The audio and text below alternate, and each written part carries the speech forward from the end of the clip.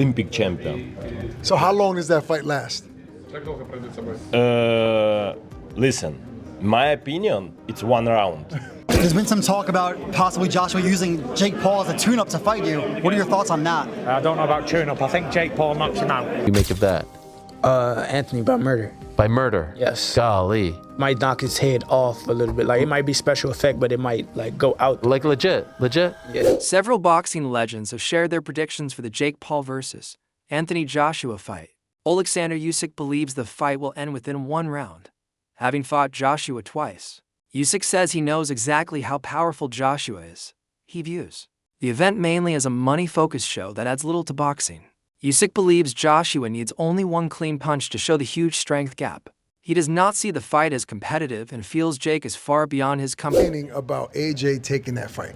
Obviously, it's a lot of money, right? Yeah. Do you see something wrong with AJ taking that fight? This is just a lot of money, just a show. Right. This is not interesting sport because, guys, brothers, Anthony, it's Olympic champion. Right.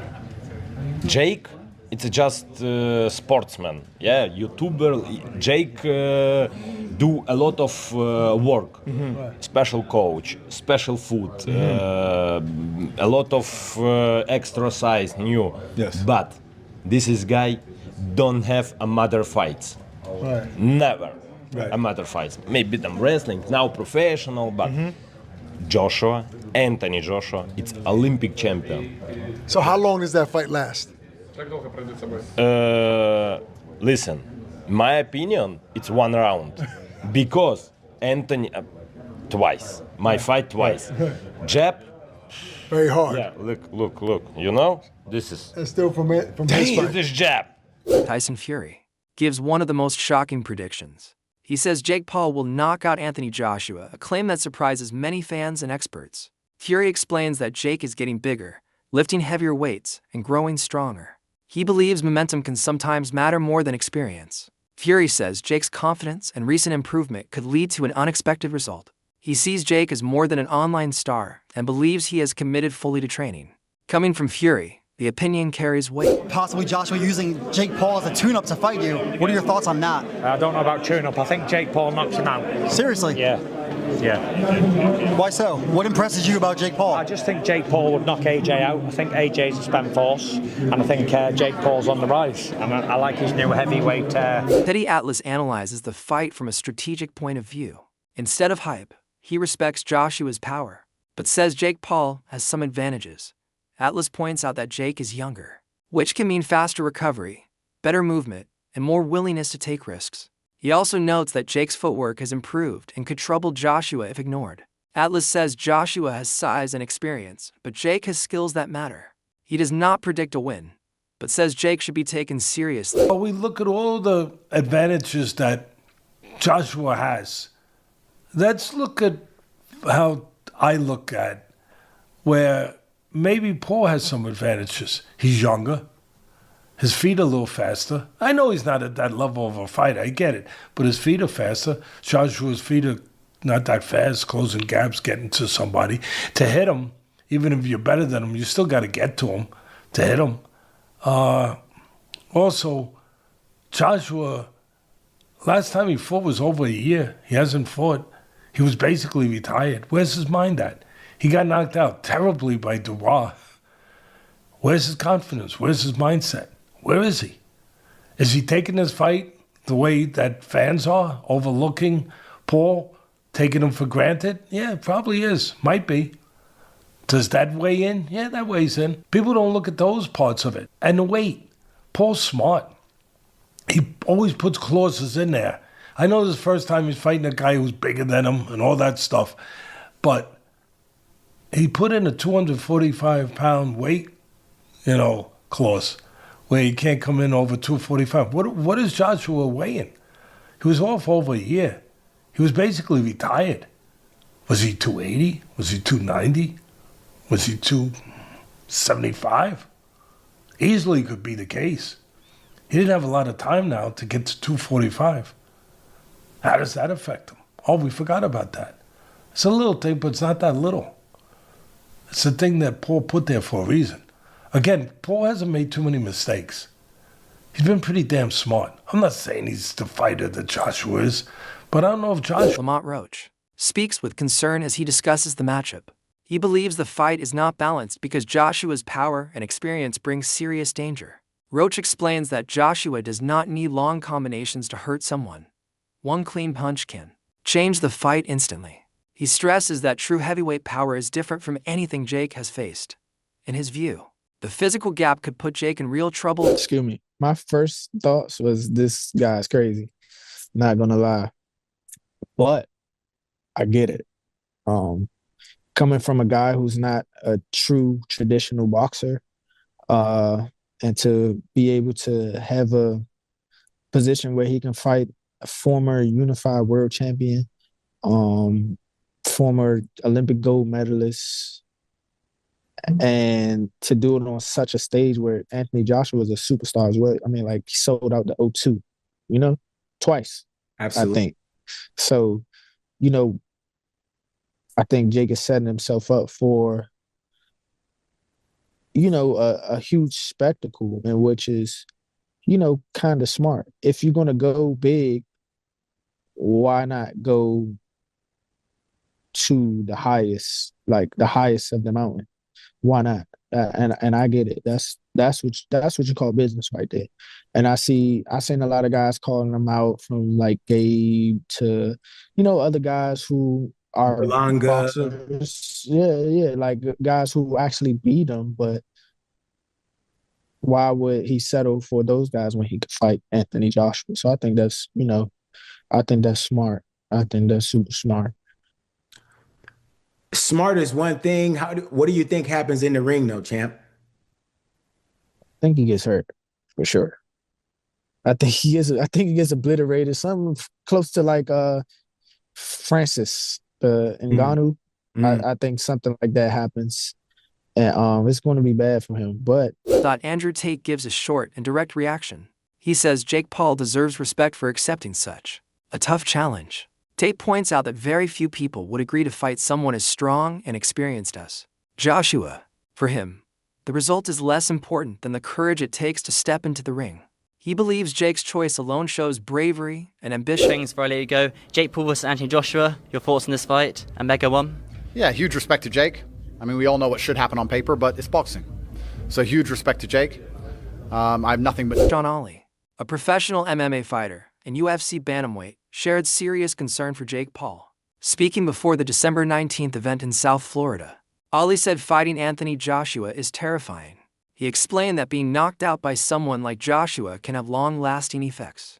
Ali described Jake's decision as extremely risky and emphasized the real danger involved. Ali is scared for Jake Paul. All right, great. You know what? Thank you, Sean. And now that's now my phrase. I'm going to steal that from you from this moment. I'm going to use it going forward, because I didn't know how to describe my feeling about this fight, but I just got it. I'm glad I thought of it right after I read Sean O'Malley said it. Sean went on to say, there's certain punches, there's certain knockouts, there's certain concussions, there's certain ass whippings, there's certain beatings that are not equal to others. They're the kind of knockouts, of punches, of concussions, of ass whippings, and of beatings that change your life. They change lives. And O'Malley didn't elaborate on what that meant. But I know what he meant. I know what he meant. There is a confidence that a person has. From the guy that walks down the street, the most confident, he walks in the room and he's the man and he gets to live his life feeling that way and people will treat him that way. All the way down to the coward who walks his wife like he's weak, who handles everything sheepishly.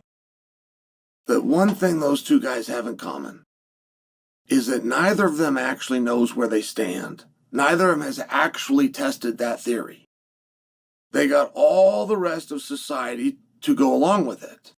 Chael Sonnen explains clearly why he thinks the fight strongly favors Anthony Joshua. He lists Joshua's advantages: size, power, height, reach, weight, and years of experience. Sonnen admits Jake has improved, but says his past opponents were nowhere near Joshua's level. According to Sonnen, every major factor points toward Joshua. His breakdown focuses on facts, not emotion, showing how uneven the matchup is. Francis Ngannou performance. What if Jake makes it 5 rounds, 6 rounds? What if Jake made it to the distance? What if Jake won a round? Now, it's very hard to believe. It's very hard to imagine. I think it's the big struggle with this fight. I cannot, off the top of my head, produce a fight for you in any form of unarmed combat that drew, that was exciting, where the audience did not have a reasonable expectation, an expectation to some degree that, well, if he does this or that, there is a way for this guy to win. And that's usually pretty easy to do because nobody knows anything about fighting. Nobody watching this right now, none of you, my millions of viewers, not one of you has ever boxed. Not one of you knows someone in the family. Well, my dad was a boxer. My uncle was a boxer. No, you don't. Not only are you not a boxer, you don't even know of a boxer. Now, I only share that because when I come out and say nobody knows what they're talking about when they're talking about boxing, like, it's not meant to be an insult. You don't know anything about boxing. It was never taught to you. None of you in recess boxed. None of your junior highs, your high schools, your colleges, your community colleges offered boxing. Your hometown didn't have a boxing gym. Now really think about that. Because as much as you love the sport and as much as you think that you understand it, not only do you not understand it, you can't even have a conversation with other people who do because they don't understand it.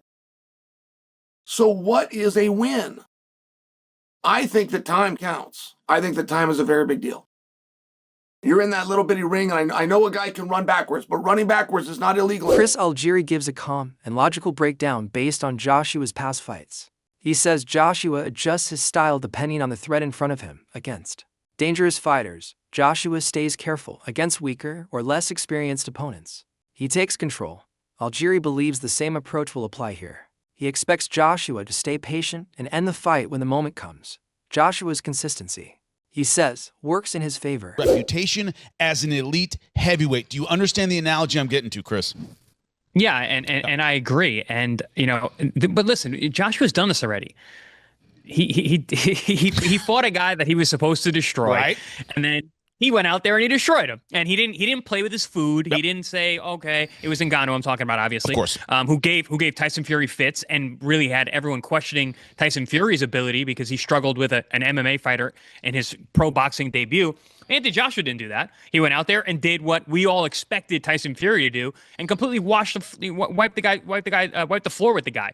And if Joshua doesn't do that this fight, I agree with you, Jimmy. It's going to hurt his stock. It's going to hurt the way that people perceive him moving forward. And also, I think, honestly, and if he doesn't go out there and just lay into Jake Paul and end it in the first, if not second round, to me, it's gonna look fishy to me. It's gonna look like this was a setup. This was an exhibition. This wasn't a real fight. If this is a real fight, it should be over in 90 seconds because Anthony Joshua is a legit gold medalist, super heavyweight, crazy athlete, awesome power, and Jake Paul just isn't on that level in any way. And he's not and he's undersized. You know, Jake Paul was fighting a cruiserweight in his last fight. He was under 200 pounds. You know, Joshua is a legit 250 pounds with abs, and the guy punches with the right hand like a cannon.